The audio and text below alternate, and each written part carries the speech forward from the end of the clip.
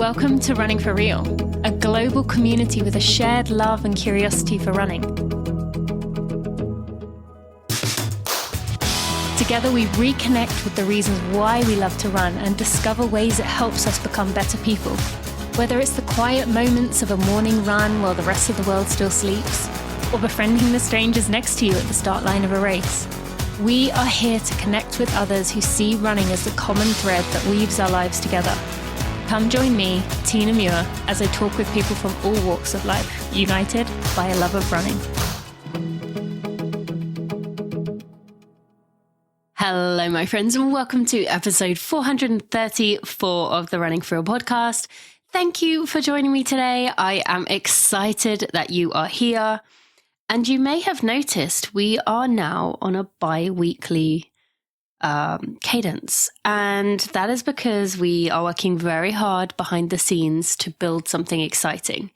We will be announcing it very soon, and we can't wait to share it with you. I'll probably do a whole episode about it.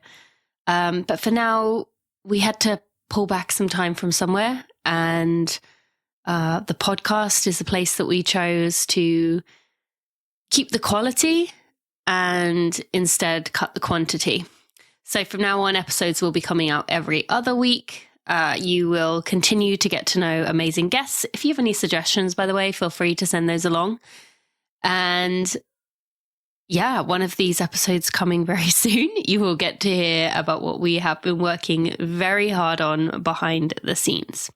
Now, today, I'm very excited to welcome a somewhat new friend to the podcast, someone I met on the way to the New York City Marathon. You will get to hear the story of how that came about. And you probably have seen, or possibly have seen, the video of him that went completely viral of him singing Tennessee Whiskey. He was a child Broadway actor and has this incredible voice. And yes, this viral video of him singing Tennessee Whiskey ended up in a roundabout way, leading to an incredible opportunity that you're going to hear us discuss and how we ended up meeting. So I am very excited to welcome Danny Peter Smith to the episode. Let's get to it.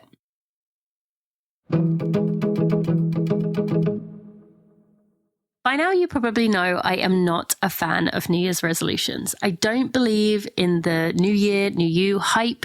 I think we should be continually striving to be the best version of ourselves we can be, but in the way that feels right for us, not trying to be what we are told to be. Most resolutions are hard to maintain. AG1, however, is one of the easiest things that you can do for your health. It is one of the easiest things I do for my health, and it can be a habit you'll actually stick with. I love that every morning I come down the stairs and I enjoy my AG1. It is the first thing I do. I feel good after taking it, knowing that no matter what my food consists of during the day, no matter how the day takes a turn with my nutrition, I have taken care of myself. I've done something for my own self-care. And besides, I feel good after drinking it. I enjoy the taste. I crave it if I don't have it, and it gets me off on the right start to the day. This year, try AG1 for yourself. It's the perfect time to start a new habit. And that's why I've been partnering with AG1 for over 6 years. And AG1 is offering new subscribers a free $76 gift when you sign up. You'll get a welcome kit, a bottle of D3K2, and 5 free travel packs in your first box. Make sure you check out drinkag1.com/Tina to get this offer. That's drinkag1.com/Tina to start your new year on a healthier note. Friends, one more thing before we get into today's episode. I want to share something exciting with you.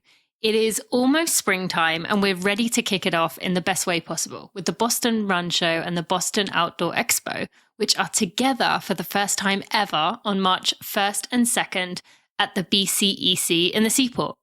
Whether you're planning your next race, running goals, camping trip, hiking, biking, or mountain adventure, this event is packed with inspiration and activities for the whole family. It's the ultimate day out with incredible value and fun for everyone. So what is that? You can shop over 200 brands, and you can hear from running legends like Des Linden, Meb Keflezighi, Dave McGillivray, myself, trail running heroes like Lazarus Lake, Dylan Bowman, and more. You can also meet outdoor legends like alpinist Conrad Anker, Alone's Jesse Krebs, and bushcraft expert Tim Swanson. There's so much more. You can test your skills on this new climbing wall. They have a pump track and a trail running zone. You can book out races in the race village, get your gait analysis and shoes fitted. You can donate your pre-loved shoes to Souls for Souls. You know, I'm a big fan of that part. You can chill out with Zen yoga or dive into adventure with ice baths and bushcraft workshops. You can join shakeouts and come for a plugging run with myself. So mark your calendars for March 1st to 2nd and join us for an unforgettable weekend of fun, fitness, and family-friendly activities. Tickets, here's the best part. Tickets are free until mid-February. So that's free till mid-February. So you have a few weeks to get a hold of these. Afterwards, they will be $20. So go ahead and grab them up fast. I will put a link in the show notes to go to thebostonrunshow.com and use code TMUIR. That's TMUIR to get it for free till mid-February. I can't wait to see you there.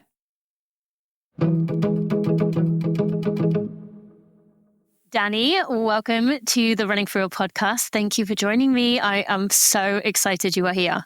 Thank you for having me. It's such an honor. It is a long time coming. I haven't seen you since November. The one day that we spent together is the only day we spent together.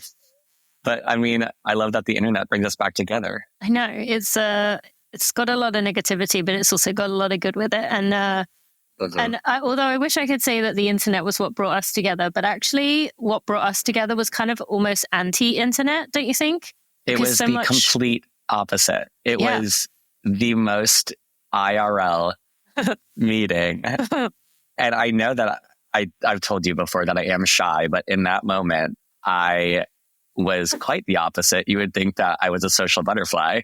When in reality, I really don't go up to strangers quite often on ferries. Yeah, but to be fair, you didn't go up to me to ask me, can I be friends with you? You did ask a very basic question to which, okay, I want to hear your side of the story. Okay, so my side of the story is, so I was asked to sing the national anthem at the marathon. Which we'll go into, Which we'll get into, and such an honor. I was not running the marathon, though, so do we say the New York City Marathon? The New York City Marathon, yes. Okay. The 2024 New York City Marathon. Mm-hmm. And so I was not running the marathon that year. I ran it the year prior. So I was not in running gear. Everybody else that was in commute to Staten Island that morning, on marathon morning, was, bundled up in running gear.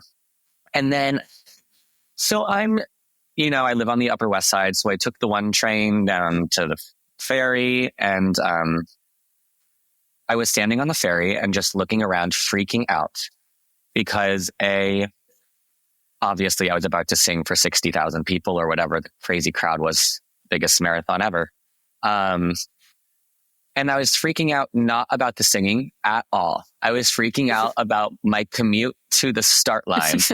And because as somebody who wasn't running, it is very confusing how to get to the start line with credentials for the marathon. It's very kind of like the back end of a computer. It was just so technical to me for some reason. It was you have to find this secret tunnel that brings you underneath the highway or bridge to this thing. And then I was so nervous that I was going to be late, or I was going to not have cell phone service, because, the start village, there's a lot of people there and cell service is not the best. And so I saw you. I mean, I remember looking over, and you also were wearing non-running gear, but for some reason I was like, oh, this girl seems so nice. You just have there's something about you that you're very approachable. And you were also wearing the same credentials that I had. And I was like, oh my gosh, this girl's going to be my savior. So I don't exactly remember what I said to you, but it was so early in the morning. Okay, so I am going to add a few pieces it. One, I also came from Times Square area, but I rode the bike I rode a bike on down the, you know me, it's not going to surprise you whatsoever. Right. But I took a bike down, I froze to death riding my bike down the path that goes around the edge. I can't remember what it's called. The edge of Manhattan. The seaport? Is that what it's called? Or the terminal, where the ferry? No, like just the path, the bike path that leads from that goes all the way around Manhattan. I don't think there's a name for it. Okay, that thing. Anyway, so I got there, and so I was like, oh, there's no one here with credentials. And so I got on the ferry, and I noticed you, and I was like, what can I ask him? Because I'm such a like to have friends around me that I like to have friends around me that I'm always kind of like searching for potential people to. I don't know if it's like I'm struggle to be by myself or just like to be social. So I was like, what can I ask? And I was like, there's not like nothing was coming to mind. Yeah. And then I kind of positioned myself next to you as we were coming into the port, if that's the word. And you said to me, you said, do you think there'll be bathrooms in the start area? And I was like, yeah. And you were like, yeah, but I'm not going to like where the other runners are. I was like, yeah, I still think there'll be bathrooms. My gosh. And I was like, but I don't know. And then that kind of started our conversation. Because like, as people who've known me a long time know that once I start talking to you, my hooks are in you and you're not getting away. So I then had decided we were going to be friends and I was going to sit next to you on the bus. But it is refreshing to hear that you were also like, okay, I'm going to talk to her. And then go on. It's so funny because the bathroom thing totally makes sense because that is so something that I would ask. And I don't even remember asking you that, but like, that's not an uncommon question for me. Like if I get on an airplane, I'm like, am I near the bathroom? Like for some reason, I have no problems. We don't have to get into the bathroom, but like, I can't believe that's the first thing that I would ask you is like, hey, are there going to be porta potties? Yeah. As if there's not 60,000 people just like all going to the same location. All runners stressed getting ready to use the bathroom 700 times. Yeah. What's also funny is that before I ever sing, I get very in my head and I like to be by myself. And I like to put my headphones in and listen to something calming or honestly listen to the national anthem, which is, such a fun song to listen to, just to get it down. And seeing and talking to you that whole morning. And the bus ride it's a decently, it's not just a 10-minute bus ride. It's a little while, but like talking to you on that bus ride just calmed all of my nerves. And we were talking about Kaylee, your friend, and how I follow her and her journey. And I don't know, it was the common mind. We had the thought, like the same, like you knew the same person that I was, like, I'm a fan of Kaylee's. And you're like, well, I know her. We can send her a video. And I was like, we did. So distracted. And we did. And that was so cute. But we didn't get a photo together. But we did send the video to Kaylee. Yeah, that's true. That bothers me to this day because I'm one of those people that I like to change my contact photo with people to a picture of me and that person. And yours is just a picture of you. So it disappoints me every time I see it. Because while I like seeing your face, I like seeing that we are reminding myself. I totally get it. But yeah, you so distracted me and made that whole morning such an easy morning. And because it was my first time ever experiencing that, I don't know how many times you have gone through that, where you have to be on the other side of the start line, kind of like before the race even.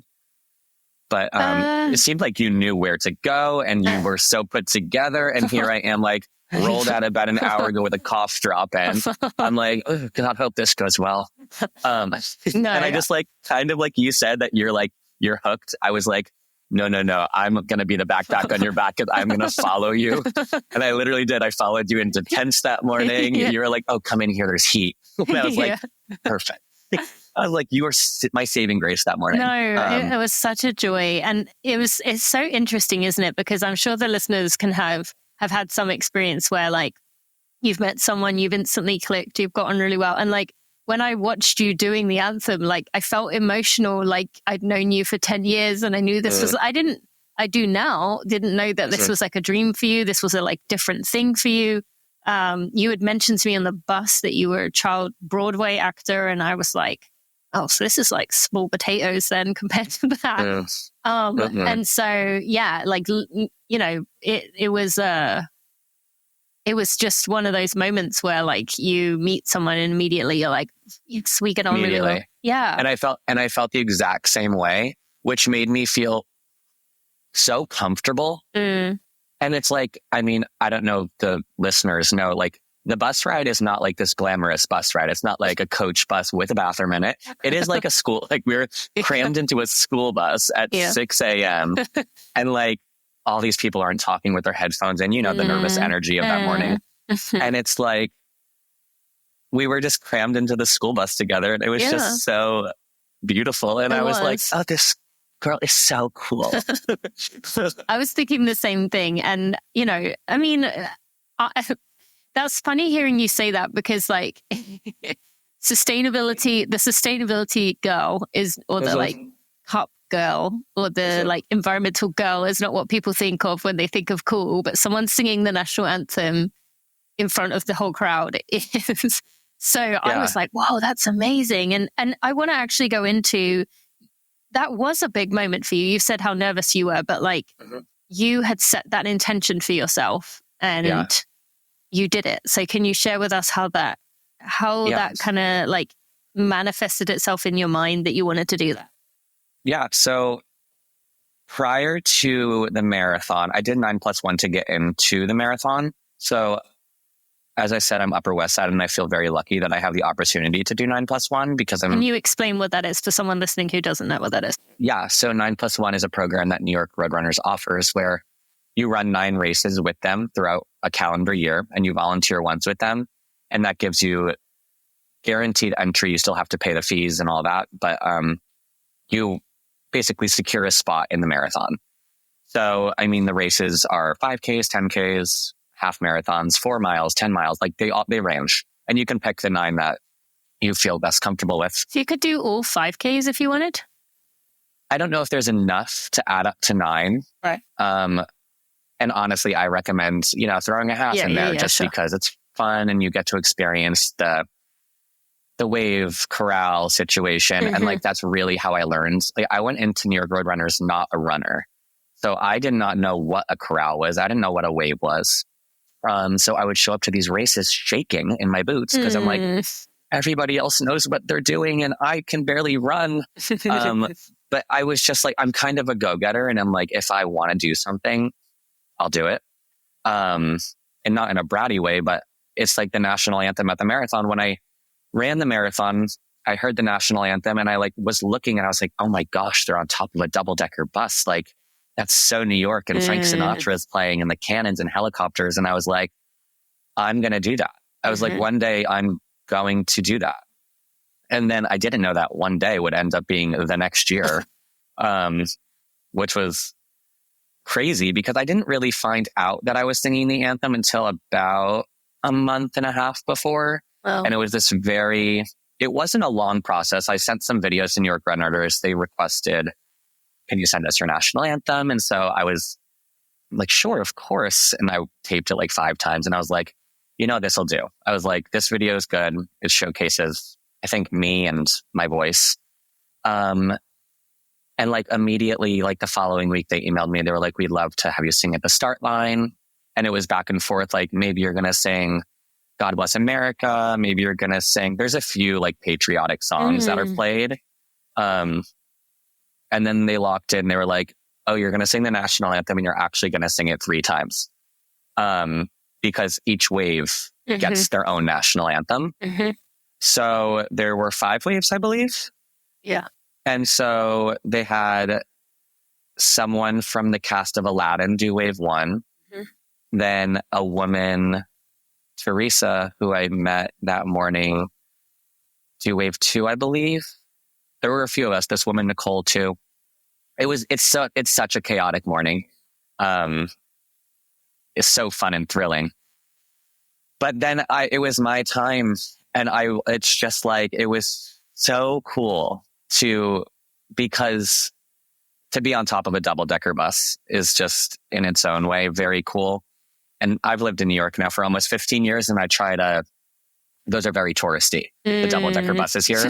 So like, I've never been on one because I'm from New Jersey. I came to New York right after I graduated high school. So I knew New York. I didn't need to take a tour of New York on these buses. Highly recommend if you're a tourist coming here though. But, so it was my first time on top of a double-decker bus, my first time singing the national anthem, my first time performing for 50,000 plus people. And it was just crazy. And I remember like looking out and the crowd, you couldn't see the end of it. And, it like kind of wraps around. And then mentally you're trying not to think, oh, there's a whole nother group of people on the other thing of the downstairs part of the bridge. Yeah. And then it's really surreal immediately after, because of social media, you're tagged in X, Y, and Z. And it's just like people from every country putting it on YouTube. And it's so wild to see how fast people can act and like tag me in a video. And I'm like, how did they know my name? And then I was like, oh, they announced my name. Like, still, they're paying attention enough. They're paying attention. Yeah. And it's just like, it was such an honor. And it was honestly probably one of the top 5 best days of my life, because I felt so proud and happy of myself, of how I did. I was never scared that morning, which I was more scared leading up to it, because, the anxiety of the words of the national anthem, to all the listeners, are very tricky. And it is a very hard song to sing, because it starts really low and it gets really high. And the melody of the song itself repeats. And so mentally, you don't know like what verse you're on. And the lyrics are not just like, it's not really a pop song where it's just like, this is a story, this is a story. It's really random words about loving the country you're in, quote unquote. But, we've all seen Whitney Houston's The Super Bowl, and the Super Bowl was yesterday. Yesterday, we all saw, who sang it? I forgot, but, Kendrick Lamar. Oh, no, actually, I didn't. He did the halftime. John Baptiste. I did not watch it. I know we were texting. I was like, I'm having a glass of wine. What are you doing? Like, the kids are sick. I was like, perfect. So it's a hard song to sing, both lyrically, and the melody is so all over the place. And you can have the choice to make it your own and, add, I don't know how much you know about singing, but like you can add a riff. You can add a riff, which is like kind of adding your own little taste, like that thing people do. Did you?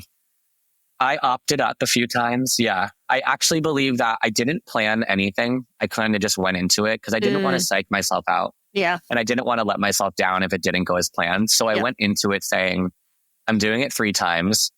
I have 3 chances to make it better and better and better.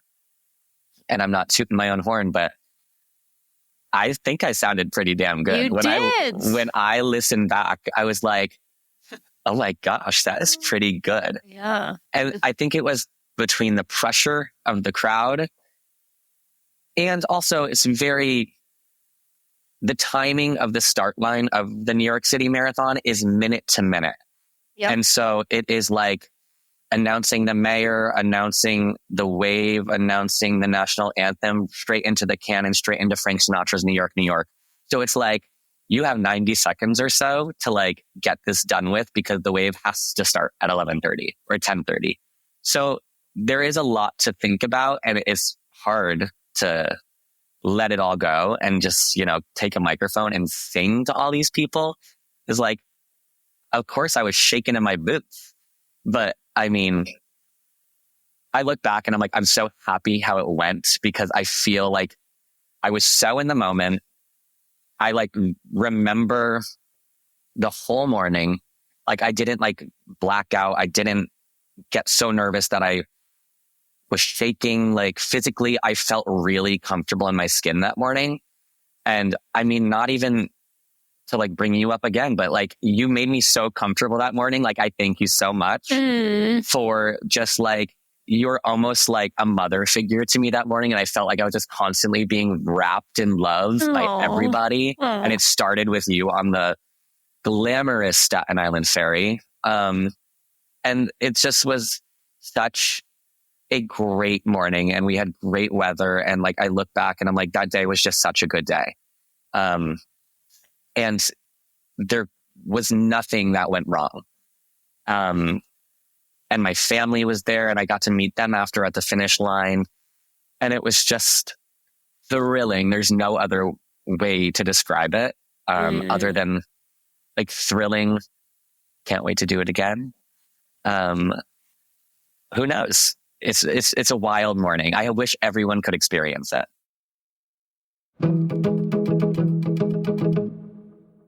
Friends, I'm so excited that it is finally the time I can start dreaming about running a race again. I'm not ready to sign up yet, but I'm on my way. And I say I'm on my way because last week, for the first time, I reached an amount of running where I could bring my gels back into the mix. Of course, it was a Precision Fuel and Hydration gel. It had that 30 grams of carbs. It left me feeling good in the second half of my run. I enjoyed the taste. I had missed the taste, especially as it's been too cold to get out cycling. I haven't been using them the last few weeks. And now I can begin building up for my race, so I am ready to go on race day. Now, if you are someone who is planning a big race sometime this year and your nutrition is not something you have dialed, that is one of the most important things we can do as runners. And if you go to check out Precision, you will not go back. Especially, they have a free fuel and hydration planner that will tell you what you as an individual human will need. You will insert your information. It will tell you what you need. You can have a free call with their video consultants, with their athlete support crew. They will answer your race nutrition questions. They will act as a sounding board for your fueling strategy. No hard sell, just an experienced and friendly human who knows the science and is full of practical advice. I'll put links in the show notes to both of those things. And if you are ready to go get yourself some fuel through the gels, through the chews, through the electrolytes, go to precisionfuelandhydration.com/Tina. That will auto apply a 15% discount code. You can also use code Tina Sent Me at precisionfuelandhydration.com. That's code Tina Sent Me. Well, some of them listening will be able to experience you doing it this year. Mm-hmm. Well, we hope. Mm-hmm. We'll find out. Well, thank you so much for sharing that. I have so many questions about like the singing piece or where there's so many different directions we could go, but I want to first, I want to get into your running journey. But while we're in this moment of talking about the anthem, you've said about the pressure, you've said about how hard it is to get it right. You've said about, that there's so many variables in here. How is it similar to racing when you've got a race that is really important to you? And you said, everything went well. Yeah. That day, that's when you said that reminded me of running because it is very rare where you get a day where everything kind of comes together. So tell us about like what similarities you can see there. I feel with running, and I'm no pro runner at all. I do it for fun. I do it for my mental health, and I do it because I genuinely enjoy the feeling of it. And it's one and the same with singing. Like, I really love singing. I love the feeling I get, but more importantly, it's the feeling that the audience gets, and it fuels me. And it kind of is like the same. I am kind of a perfectionist where I set myself to a certain standard of like, I won't listen back if I think I sounded bad. Like, I will not listen to myself if I think I botched it, if I messed up the words, because who wants to dig their own grave? And it's kind of the same with me in running too, where I look back on my Strava. I looked back the other day because I was curious. I was like, I wonder what my first few runs were like, because I started just like with no training, nothing. I just like put on some shoes and I was like, let's do this 1 mile. And to see the progression of the splits and the pace, and there's so much going into it that I look back at like my bios or like the caption of my Stravas when I first started running, and it was like winded, like done. And it's like, oh, you did half a mile. That's amazing. You put it on Strava. I love Yeah. that you have that evidence, because usually someone wouldn't find it for a little while. Oh no. I Googled the other day, I said how to search back on your old Strava runs. And if you go on the website, on the computer, strava.com, activity logs, you can see all of your races or all your runs.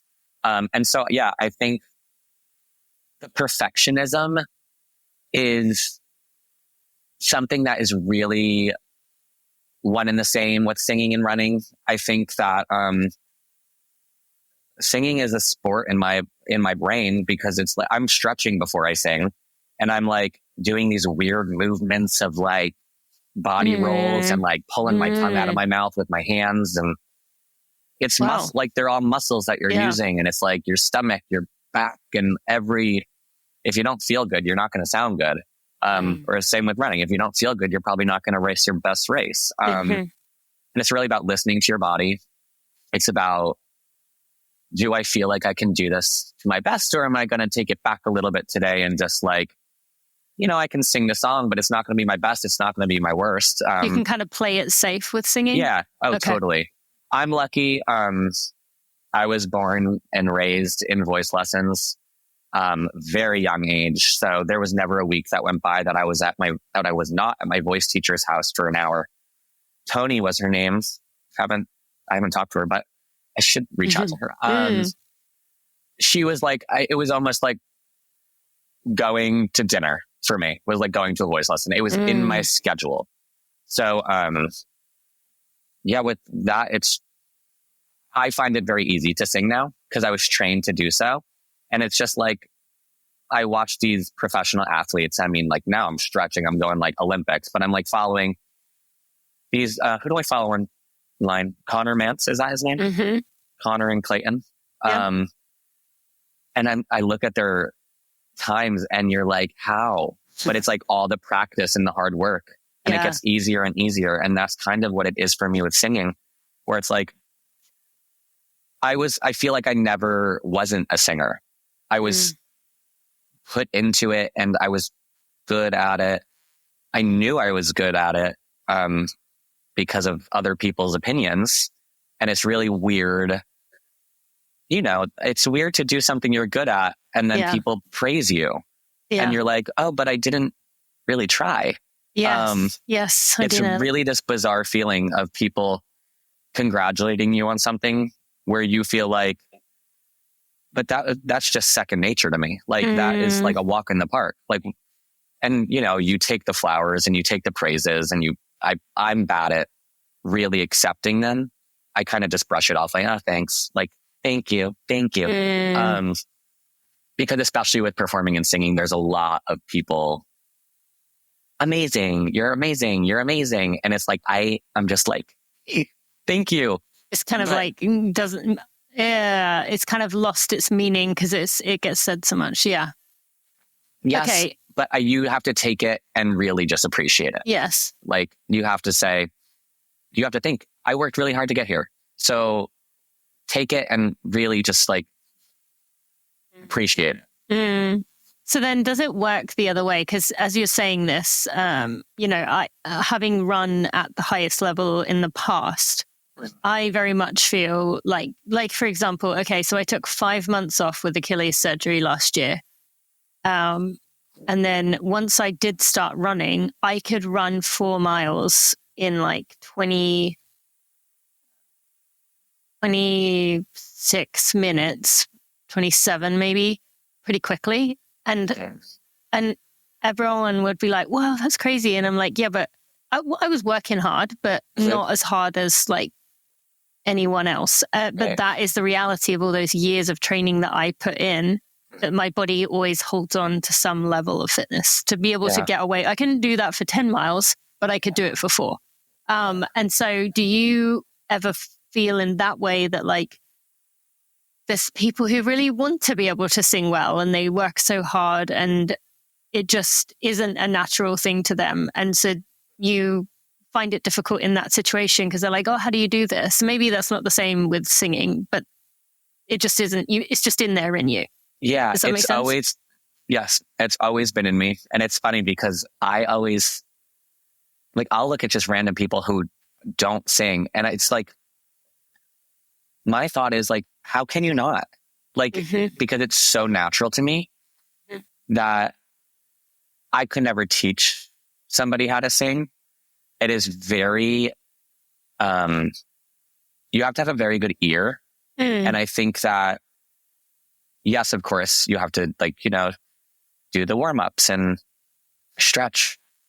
But I really think it's my ear. And I have such a love for music that it's almost like, I mean, without music, I don't know what I would do. Even when it comes to making playlists for runs, it's so specific what I need to listen to. And I listen to the same song when I first start a race. Every race I put on the same song. I'm not going to tell you what it is. I'll tell you off the air because it's very embarrassing. But it's like, it is this song that for some reason, it just reminds me like, you got this, you can do this. And it's such this mind trick that it's like, my ear tells my brain that like, you got this. And I love that. Yeah. And so I could never teach somebody how to sing, but I look at people and I'm like, but you can sing. Like if you just try and you dedicate like an hour a week or something just to like listening to music and even just singing along with it, like I feel like you'd find that you get better and better. What does it say if you like to turn the music up so loud that you can't hear your own voice, but then you pretend that person's voice is yours? It's her voice. Okay. Well, maybe let's not get into that. I'd be like, let's turn the music down. So on that note, I have a friend who's a very good singer. He was on American Idol, got like quite far in it. He used to try and make me sing a lot, and he'd love to like perform for me, and he would put on these I don't know, karaoke videos, I guess, and would sing to me, and then he'd put it on for me, but the volume of the song was so low that I just like couldn't get past the stress of it, because I do the opposite, and we could never get it so sometimes we'd be singing in the car and he'd turn down the volume so that I kept singing. Because I would never let him actually hear what my voice sounded like. See, that's so funny to me. And it's like, it's so funny because of course everyone knows what their best friend's talking voice sounds like, and you know what they sound like when they're screaming, and you know what they sound like when they're crying. But it really is something funny about like, I don't know what my best friend sounds like when he sings. And he would never sing, like he will never sing. And we'll go to like karaoke night at a bar or something, just like a fun night out.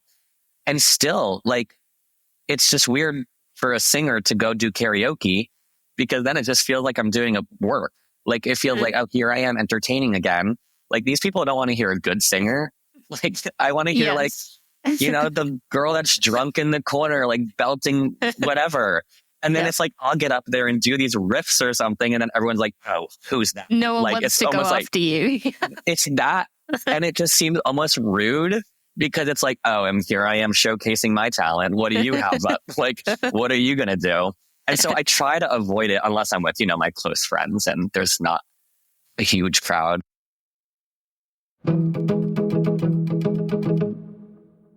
Would you like to wish my Brighton base layer from Tracksmith a happy 6th birthday? Because it is coming up on 6 years since I received that first Brighton base layer. I am wearing it right now. I wear it for my runs. I wear it in my days. It is this seamless, lightweight women's long sleeve or men's long sleeve, if that's the one you prefer, made from an engineered merino mesh. Merino is a fantastic material that can be used to avoid odors, and it can handle multiple days in a row.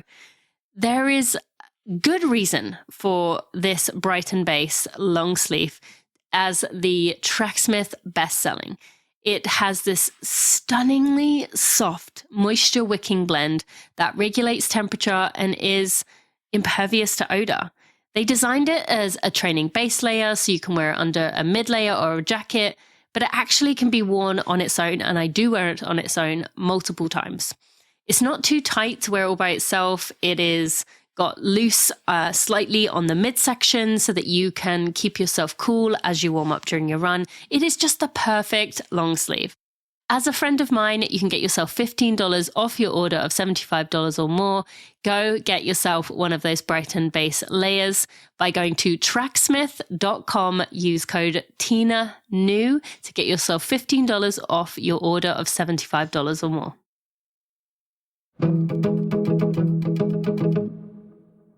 So keeping on this topic for a little bit longer, we're going to go down the singing rabbit hole. People may recognize your name, remember this as I bring it up. You're also kind of known for a viral video. Was it a few years ago? This was last year. This was before the marathon. Right before the marathon. Right. Okay. So I want to touch on something. Okay. So in this video, you are sitting on the bench, eating lunch or having a coffee. And, what is the guy's name? His name is Reggie. He goes by Guitaro. Guitaro. Yes, Reggie. Yeah. So Reggie is singing. There's a sign that says sing with me. He points at you and says, do you want to sing with me? You come over and you just wow everyone with your version of Tennessee whiskey. Goes viral. But in it, you said, and this was part of the viralness of it, I used to sing. Why did you say that? You know, I say that because growing up doing theater, it was very much like everybody knows musical theater and you sing and dance and act. And then I kind of just, after I did the national tour Peter Pan for eighth grade, I skipped eighth grade for a little while. And I got back from that show and I was like, you know what? I don't really love this. I don't like doing the same show 8 shows a week. And of course, everyone else loves me doing it, but I didn't like doing it myself. So I kind of just put it on the back burner and I was like, I can sing, but it's not my job. And so I spoke of it in past tense because I wasn't actively doing it. It's like, it's like talking about an old job. It's like, oh, I used to work at this company. And so for me, it's like, oh, I used to sing. But there is this shy quality that I do have where, and you probably know the feeling, like, you know, you're good at something and you don't want to brag about it, or you know, you're good at something. So I don't want to talk about it because it's awkward to talk about things you're really good at. It's weird. Especially when it's singing and it's something so everybody can hear you. It's this weird, and I always say to my friend, actually, it is the weirdest thing when you go onto a stage and you sing and the natural reaction is for people to clap. It's just so bizarre to me because I'm like, what are you clapping for? But I forget because I'm the one entertaining. It's just so, it's like such a puppet. It's like, so you must feel like when people are crying, that's a really weird sensation because you cause them to cry with emotion. But yes, I mean, the message. So that video went viral. I was sitting at work. My phone rang or something. And I filmed it about a month before. And that video is, I'm going to get into the video. The video is very real. Like, it is not set up. There's, I don't know how many, 20 million views all around, 25. I don't know. Wait, before you get into it, can I ask a few questions? Did you know did you sit on the bench first or who got there first? He was there. And did you know who he was? I had no idea who he was. I thought that do you know what Twitch is? It's like a video game thing. I heard you talking about it in the video, but I thought he was like live streaming to a video game website. I didn't know what he was doing. And what you don't see in the video actually is he asked me a few times to get up and sing. Because I was sitting on that bench. It was my lunch for work and I work right by that corner. So I actually, I got Dunkin' Donuts. I'm drinking an iced tea in that video. And I'm holding a bag of something. I don't know what was in that bag, but I'm also known to do a little shopping on the job. So I was just chilling on that bench and like, I love music. So there was this guy with a guitar. And so I was like, oh, let me just sit here and just like secretly listen. Like, I'm going to keep my headphones in, but nothing's playing. And so I'm sitting there on the bench. This girl is singing with him. And his thing is he stops people on the street and he's like, sing with me, and then kind of get your story. And I mean, if you watch his videos, there's people that are insanely talented. And then there's the videos where it's like the drunk girl at Pride weekend that's just like belting Whitney Houston in the West Village. So it's like all ranges of people. And I was sitting there for, I would say 20 minutes. And he asked me multiple times. He was like, sing with me. And I kept saying no, because I was like, I know I'm going to be good, which is really weird to say. And I didn't see any of his videos before that, but I was like, I don't want to be that person to go like, be really good. I didn't want to be good. I almost wanted to fail. Because I didn't want the attention, and I knew people would stop on the street if I just started. It was like a Tuesday at 12 o'clock. It was a random day. And I was like, oh, people are going to stop and like listen to me, and like my friends are going to walk by. Is that why you were nervous? That's why I was nervous. Yeah. Right. Because I didn't want people to hear me. Like I didn't want a crowd to form. I didn't want anyone to stop and film me, because, you know, tourists in New York love to film. Like they'll just stop and be like, put a camera in your face. And so after I think the third or fourth time he asked me, I was like, that's when the video starts. And that's when I was like, hey, I don't know why I chose Tennessee whiskey. Like, so that wasn't, you weren't like sitting on the bench being like, what would I sing? No, not at all. And it's so weird because like before that video, I don't know if I ever sang Tennessee whiskey. Oh, wow. Like, it was kind of, maybe it was playing on maybe I was listening to it and I was like, oh, I'll do that. But it was not planned at all. I didn't. And once again, I thought he was streaming to like 20 people. I thought he was just like filming this for some weird YouTube channel this man had, and he maybe had like a few followers and this is his thing. And then, so the video happens. I sing Tennessee whiskey. Apparently it was good. A crowd did end up forming. And like behind the camera, what you don't see is there was a lot of people that, like I said, like filming on their phones. And then I was like, the pressure's on. We better be good now. And then whatever, that was it. I came back to work. I told my boss that I was like, the weirdest thing just happened. I was like, some guy just had me sing on the street, and they're like, oh, how was it? And I was like, oh, I have a video of it. Like I gave someone my phone and I was like, will you film this for fun? Showed them the video. They were like, oh, that's so funny. Whatever. They knew I can sing at work. So they were just like, typical Danny. And then a month went by. I was sitting at work. My phone, somebody tagged me in something, and it was that video.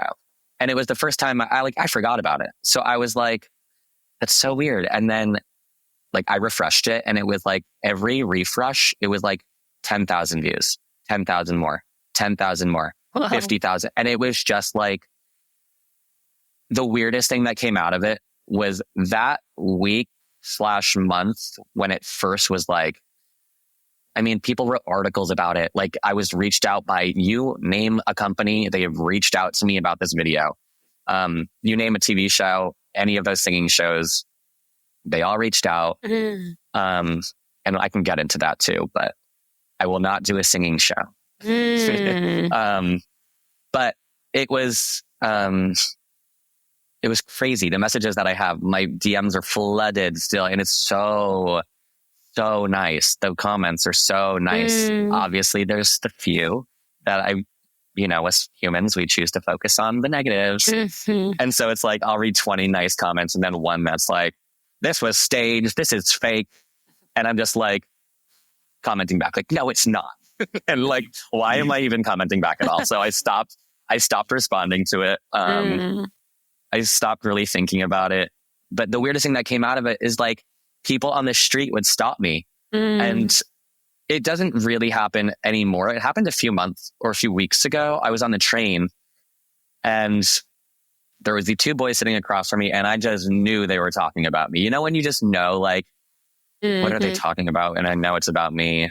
And they pulled up a Reddit thread. And I don't really use Reddit. It's kind of like the dark web to me. And of course, there was this Reddit thread that was thousands of comments deep about me and this performance. And they just like turned their phone to me and they were like, is this you?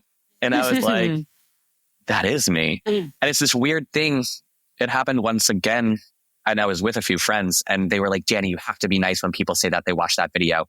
And I was like, what am I supposed to say? Like, thank you? I don't, like, it's free online. Like, what am I supposed to, because it's never like oh, you sound awesome. It was always I saw this video of you. And in my mind, I'm like, did you like it? Yeah, So I kind of just brush it off, and I was just like, oh, thank you. Yeah, it really made its rounds. That is interesting to think. Yeah, what is your response? It was always kind of, and still is like now I say thank you. Just because I assume it like it. Yeah. Wow. I'm like, saw this of you. Well, thank you. Yeah, and that's okay. So that was last year. Wow. So last year really was a turning point year for you with your singing, but also with deciding on your future. And you said in that video, like, conquer your fears. So what have you set as an intent? Have you set anything higher, as you are clearly very good at manifesting things? Right. So yeah, I mean, I guess I kind of just kept going with my, I mean, I love running and I love singing. And so the combination of the two of them and New York Roadrunners has been so nice and sweet to me and have offered me so many more national anthems. And that to me in itself is just like, if that's all I have going for me with my singing career, I'm happy. Like, because that I get to combine two of my favorite things. It's just such a unique experience to run these races on the other side of the whole thing, and not just being a runner and showing up. Because, I've showed up to runs and I've just been like, I really don't want to do this today. But when you're singing the anthem before, it's kind of thrilling because you're like, oh, everybody's going to get to hear me before they race. And so I haven't really set any like huge goals. I don't want to do that for myself. I'm content.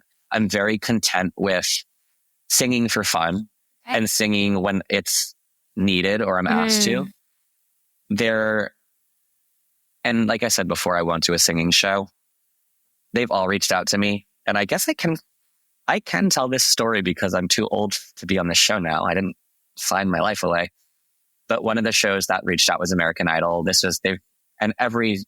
For the most part, for the past like 5 years, every year they've reached out to me. And it's really sorry for spoiling this, it's very a fake show. They made me say a completely fake storyline about myself. I said yes to the meetings beforehand. And so it was a lot of Zooms. It was a lot of pressure. These Zooms would have a lot of people in them, and you're just in your apartment, because I'm on the East Coast. So I would be in my apartment belting 6 songs for these people. And they had me make up a fake storyline about myself and say that I'm from a city that I'm not from. And I felt so uncomfortable that I was like, I don't want to do this. And so I mean, props to anyone who does do the shows. It's just not my cup of tea. It's great exposure for you. Sure.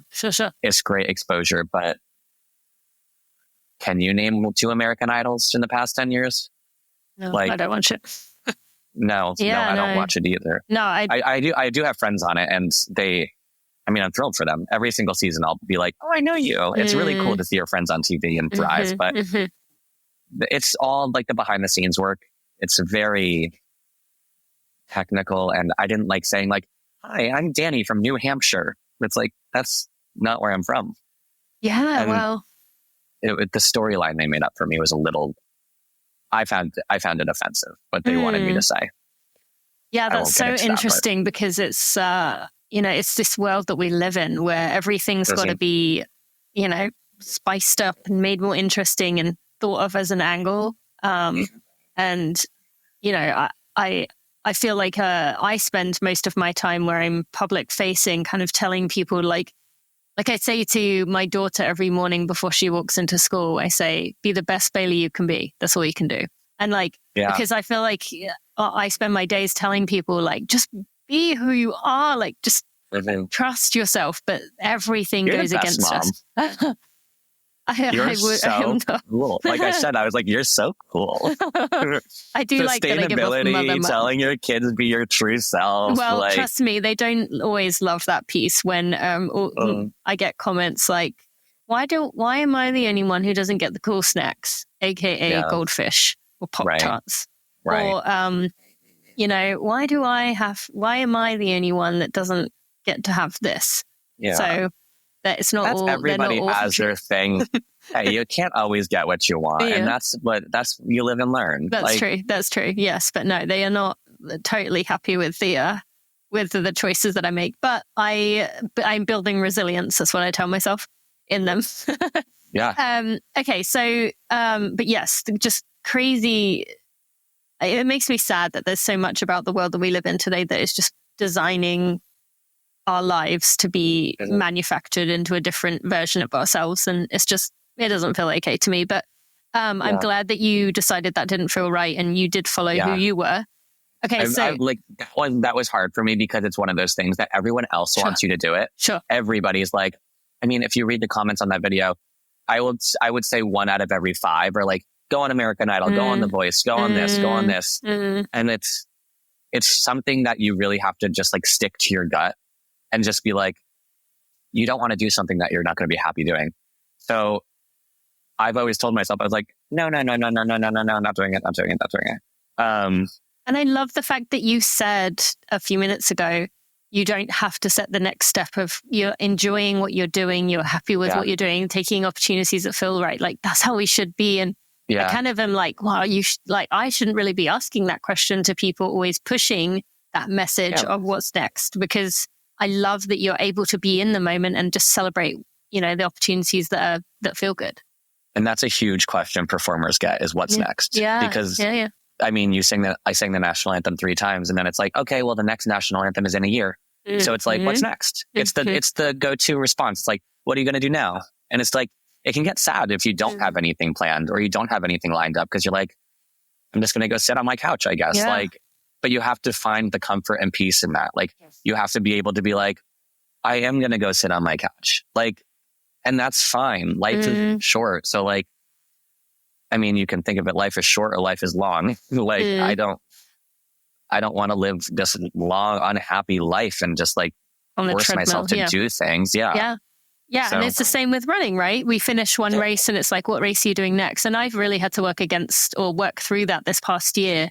Actually, even this morning, someone asked me, what race are you doing? And I'm almost 10 months post-surgery and I still don't really know what I'm doing. But like over the last 10 months, I've had to untangle that of being able to say, I don't know.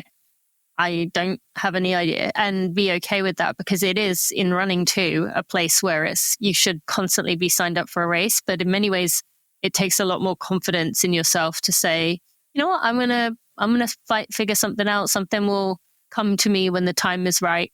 And just like kind of let it be, even if that means that you don't get to do something like one of the big races that you maybe would do because you have to plan ahead for those ones. But we don't always have to be doing that. Yeah. I was about to say, it is tricky when New York Roadrunners releases all the races in one day and they get taken in 25 minutes. But if that's something that's really important to you, then that's a different situation anyway. Like totally, and I do feel that I'm sure you're the same. Like I do feel that way about the TCS New York City Marathon because that is one of my favorites and I will find a way to be there for that one. But if you other things that don't matter as much, you can kind of put it aside. Well, is it the best or is London always has my heart because it's my home? But I will say New York is pretty tied or close. Well, I'm just saying it's the best because I got to meet you, obviously. Well, that too, yes. And I've only ran it once and then I sang the national anthem 3 times, but next year you definitely have a special bond with that one for sure.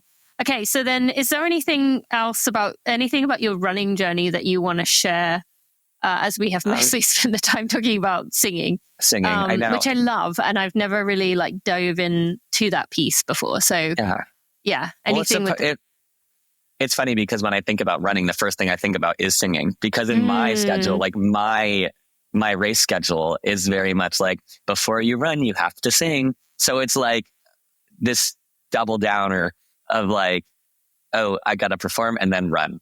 But I will say one thing I want to share is just like in November, if you do get the chance to be in New York City, it is like out of this world that day. I remember watching my friend Chris run the marathon a few years ago, and he's the one that really got me into running, and we would go on runs all the time. And I remember we were standing outside of the PC Richards in Brooklyn. It's kind of near the Barclays Center where the marathon runs by. Like that was just our meeting point, like a few of us. And like I literally get chills thinking about it. Like just seeing him like approach, and you can see and everyone just like, yes. So I really recommend, even if you don't know anybody running personally, you will make 25 friends that day. And like, it's the easiest day to go out and have fun in New York. Everyone's happy. Everyone's in a good mood.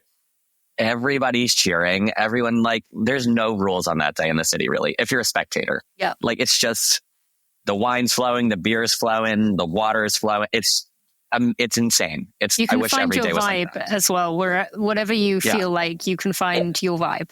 100%. There's so many different options and energies and places to be. And even if you just do kind of take the quote unquote easy way out and go somewhere in Central Park, like there's still, you can still find different things within that area. It's the best. It is. It's Although the best day. So after I did my stuff with Roadrunners, I came back across the city, which was hard. And I was on the train for an hour, and I have never been so close to peeing my pants. Yes. That was hard because I knew if I went up, with you. Yeah, I know. If I knew if I knew that I could get off at a train station, go up and find a bathroom, that'd be one thing. But I was like, what if I go up there? There is either nothing, no one is willing to let me use one, and then I have to get back and wait for the train. I was like, I'm going to go for it. And I did. And it was like 45 minutes, and it was painful. Yeah. So, and I will say the marathons on the weekends when the trains in New York rarely run on time. So it's like, you're either stuck underground or you're miserable above ground. Like, choose your player. Yeah, exactly. So, okay. And so looking ahead now, you are doing the United NYC half in March. United Airlines NYC half in March, which is so exciting. So excited. And you're not just doing it for yourself. Tell us what you're doing. I am fundraising for Team Achilles. Yay. Which is a nonprofit that helps everybody be able to run, no matter what your situation is. Mostly, Team Achilles is you're leading a blind runner, a deaf runner. There's so many different circumstances that they bring everyone together. And I've always seen their green shirts when I run in Central Park, and I've always been curious. Call that green? What do you call it? Yellow. They're definitely yellow. It's like lime yellow. No. It's a Gatorade. It's like I guess it's yellow. Okay. Well, maybe green? It's just the color. Well, yeah. Sorry, Achilles. And I'm meeting them for the first time tomorrow. I'm going to be. Wait, so. I'm not. I wasn't. I thought maybe we just saw the color as different, but I would definitely call that yellow. You can decide yourself when you put on the shirt tomorrow. Look it up, people. This can be the new black and gold dress. Yeah, right. Team Achilles. Yeah, we're going viral. Yeah. What color is our uniform? Our singlet? No, I have 2 hanging in my closet right now because, so tomorrow I'm volunteering with them for the first time ever. I chose Team Achilles. I've had a few friends volunteer for them, and I've also had a few friends as runners for Team Achilles. And so I've always wanted to do a organization that meant something to me, because in the past I've always done an organization that hasn't affected me directly. And it kind of feels like I'm raising money for something and it's just going to them. But like this time around, I feel like it's going to an organization that I'm a part of. And so that's really sweet. And so, I'm racing. I'm doing the United half, both singing and running. I'm going to try to PR this race, I believe. I just feel good about it. Wait, while you're running with Achilles? Oh, you're fundraising. You're not running as a guide. But I'm not running as a guide. Right. Okay. I was but I'm running as a guide tomorrow. Okay. Got it. So they might be up to the athlete if you are. Yeah, I'm going to take you on my PR journey. No.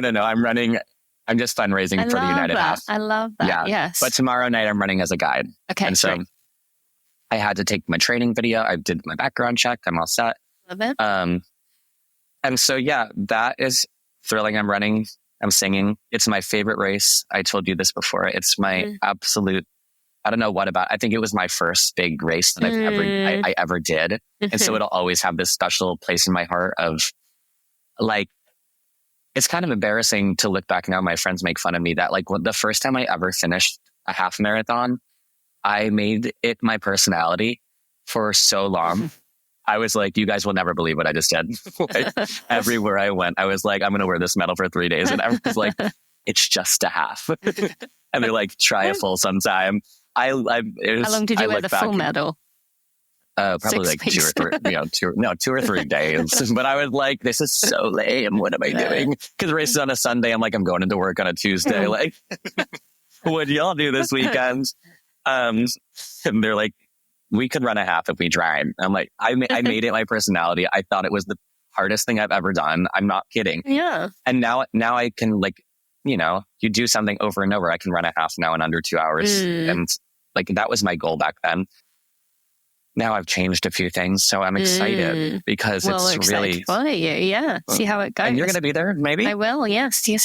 I will see you there, and encourage listeners to try and seek you out, or at least listen while you're singing. So, is there any last things you'd like to share with the listeners that we haven't talked about so far?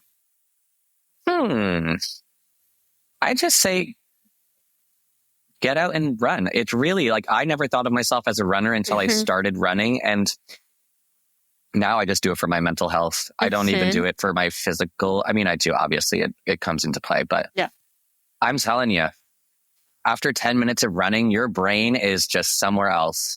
It is, and have a good playlist. Have a great playlist so you don't have to take your phone out or get bothered with skipping a song. Like, really take the time and put in the artists that you love and put in the artists that motivate you. And I don't really listen to like certain genres, but like I'll put all genres into a running playlist because I'm like, this is my time that I can just like, when else am I going to sit down and listen to it? Very true. So I'm excited. I'm so excited to make my playlist for the United Half. Yeah, maybe I'll have to get you to share your playlist so people can listen in there, because I'm always on the lookout for new music. So, do you know that people you can go on Spotify and say you want to run like a 8-minute mile, you can put into Spotify 8-minute mile BPM, beats per minute. Oh, interesting. And there's already playlists, and if you just run to the beat of that song, it's a really cool. It's really hard to keep up, honestly, because you're just going the same pace for whatever amount of miles. But it's really cool to have that option. Okay, I'll have to give that a try. You can run to the beat of a song and it will make your time what you want it to be. That's so interesting. Okay, I'm going to try. I'm weird. I like running to a ballad sometimes. I like running to Adele sometimes. Like, I go all over the place. And that's what makes running so fun, is that there's no rules really. There's really just, if you put your shoes on and just go, it's just like, no one's telling you stop. Yep. You do you. You do you. I love that. Well, Danny, thank you so much for sharing with us today. I am so grateful that Staten Island ferry brought us together, and can't wait to see how the half goes, and just keep up the amazing work in the meantime. Thank you. I can't wait to see you a few times this year. Before we go any further, I just want to give a quick shout out to the Running for Real team. Without them, I would not be able to do barely anything compared to what I'm able to do today. They are behind the scenes. They are there for me. I am just so appreciative of them. To Jeremy Nessel, our podcast editor, audio consultant, and someone who's been with me since the start. To Sally Pontarelli, our content and operations manager, who is there day to day doing all the things to help me be successful. To Kelsey Wang, our head of design, and Louise Murphy, our associate designer. And finally, to Sandy Gutierrez, our photographer and content strategist. I am appreciative of all of you and wouldn't be able to do what I do without you. Oh, just a ball of fun, so much good energy, so much good light he gives out. I really loved that conversation, and I hope you enjoyed it as much as I did. Now, remember to go check out the links in the show notes, to go watch that viral video, to go see Danny singing the national anthem at the New York City Marathon, or maybe you heard it in real life when you were running there.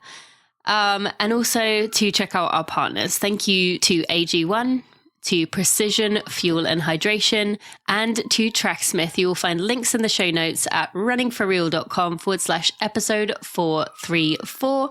That's runningforreal.com/episode 434. Thank you so much for listening. I will see you in 2 weeks' time.